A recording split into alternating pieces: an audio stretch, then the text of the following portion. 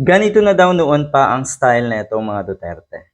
Siyempre gusto nila yung makita ng mga kababayan natin na sila ay dinudumog, na ang kanilang pagtitipon ay pinipilahan. Siyempre, 'di ba?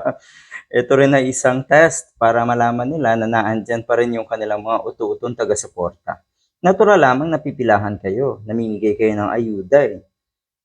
Yung iba dyan, siguradong hindi naman ibig sabihin ay lahat yan ay nagmamahal sa inyo, 'di ba? Yung iba talagang kailangan lang ng pamasko. Kailangan nilang pumila para sa ayuda.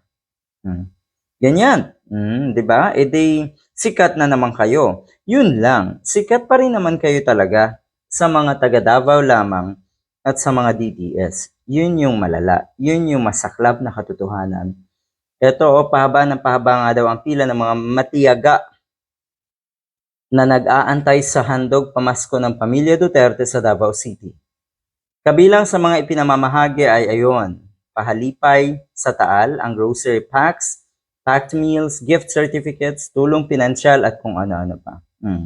Magaling. Good job. Mga taga Davao yan eh. Dapat talagang alagaan nyo.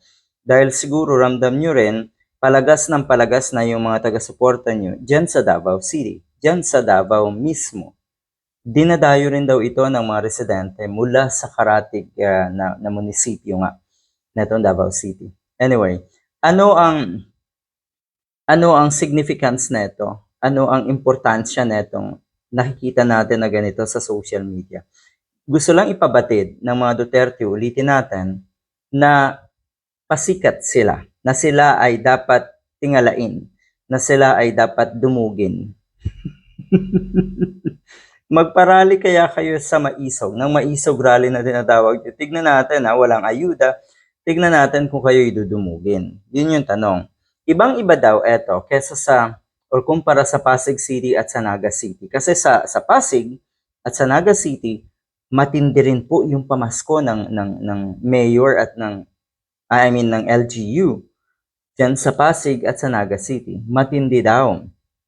Ang pagkakaiba lamang, hindi pinapipila ni Mayor Vico Soto at ni Mayor Leni Robredo yung mga kababayan, yung mga constituents nila na binibigyan. At ito ay lahat mukhang lahat ay binibigyan. So diyan sa pilahan na yan, sa tingin ko hindi naman lahat ay may capacity para pumunta diyan at pumila, di ba? Pero ang ginagawa ng Pasig City at Naga City, sa halip na pumila, sila or iniikot nila yung mga pamasko sa bawat bahay at sa bawat barangay. Ipinamimigay bahay-bahay na hindi kasama si Mayor Vico or si Atty. Leni Robredo. Sa tingin ko ay hindi.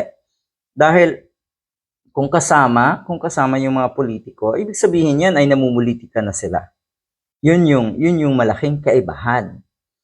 Hindi daw hahayaan ni Mayor Vico Soto at Mayor Leni Robredo na pumila ng sobrang haba ang mga tao at mapirwisyo para lang makakuha ng pamasko. Yan ang pagkakaiba.